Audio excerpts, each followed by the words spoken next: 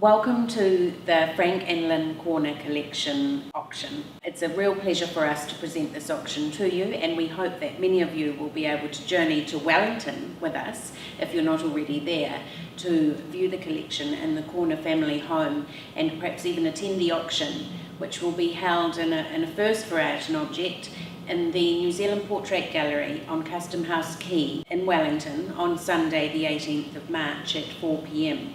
It's been a pleasure for us over the past couple of weeks to have a selected group of the artworks here in Auckland available for viewing, and I know many of you have taken the opportunity to do that.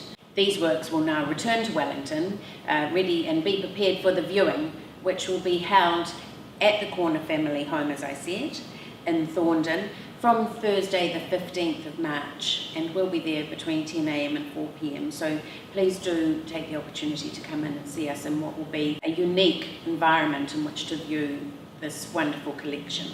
Please do take a moment to view the wonderful catalogue which we've put together. It will be available in Auckland from Art and Object at 3 Abbey Street, or in Wellington at the viewing and the auction. There's some wonderful essays by notable writers and a lot of interesting information about the family and the collection that they've put together. I think it was Walter Benjamin who said, "The life of the collector lives on in the objects," and I never knew Frank and Lynn Corner, never met them, but having spent a large amount of time over the last few months in the company of some of their objects and in their absolutely stunning residential property in Thorndon and Wellington, I feel like I've got to know them just a little bit. They were an absolutely amazing couple by all accounts. Frank Corner was an incredibly eminent diplomat, an academic who spent a large amount of his time in America especially. The history behind the collection really reflects some of their journey together as a couple. Lynn Corner was really, I think,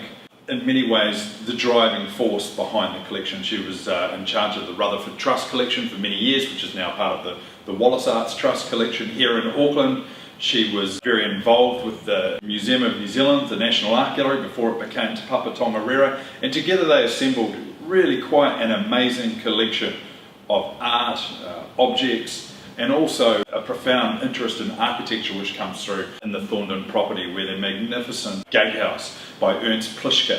Hopefully many of you will get the opportunity to come by and see the collection in the house, because it very much feels like a fairly special environment, and it really feels like there in that environment, the art, the objects, the architecture all collude into a pretty amazing and unique experience.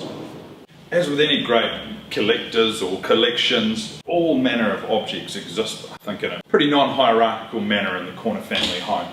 But for me, the centerpiece of the collection has to be this absolutely magnificent Rita Angus painting. It's the type of painting in our job that maybe comes along one every 15 or 20 years. I don't think it's hyperbole at all to suggest that.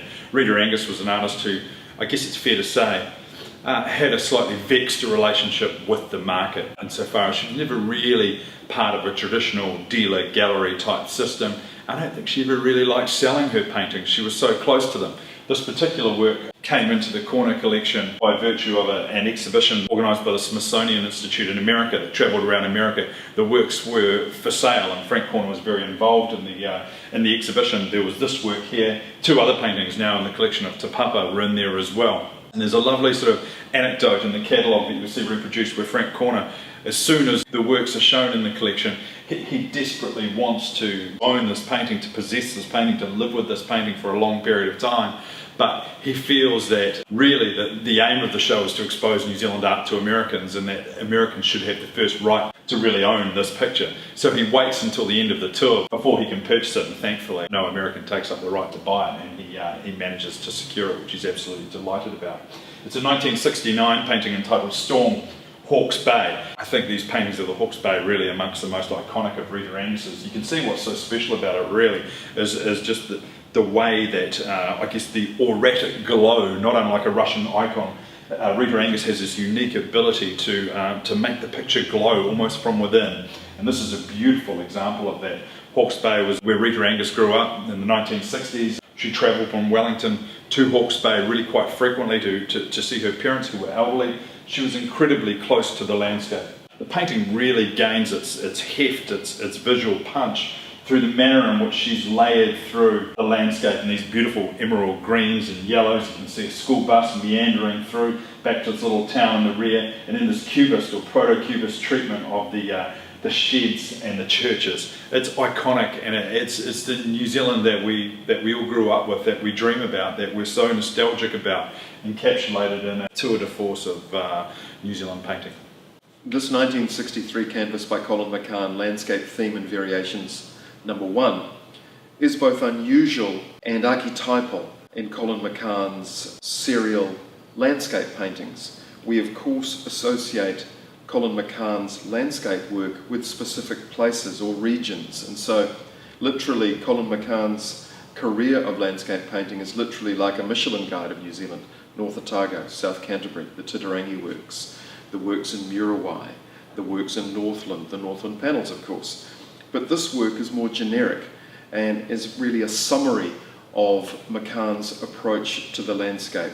It doesn't identify with any specific place, and McCann was quite specific in that when approaching this body of work, which came immediately after the more abstract Gates series. This work here aims to be a universal response to the New Zealand landscape. So we have McCann's classic rolling hills in the form of these quarter circles that intersect with the canvas at the bottom here and at the very top, and these lovely rolling hills that come through the middle. And in many ways, it seems to me that this work is an amalgam of McCann's approach to cubism that we saw in the Titirangi works of the 1950s, in the sense that we have these stacks, multiple viewpoints, like a journey through the landscape, as well as an innate feeling for the topography and the forms of the New Zealand landscape. And of course, what we also have here is McCann's curiously warm and reduced palette. Simple, warm yellows and browns with blacks and blues. There's almost a sense of an iron sand here, the iron sand that we see on the west coast out from Auckland here, hinting through over the top of this yellowy, wheat-coloured landscape form. It's a very satisfying painting in that we get the classic intersection that we see in McCann between abstraction and the New Zealand landscape, and it's a particular genre that McCann made his own, and we can well imagine how the Corners reacted to this painting when they first saw it at the Icon Gallery in the early 1960s. A really joyous celebration of the New Zealand landscape.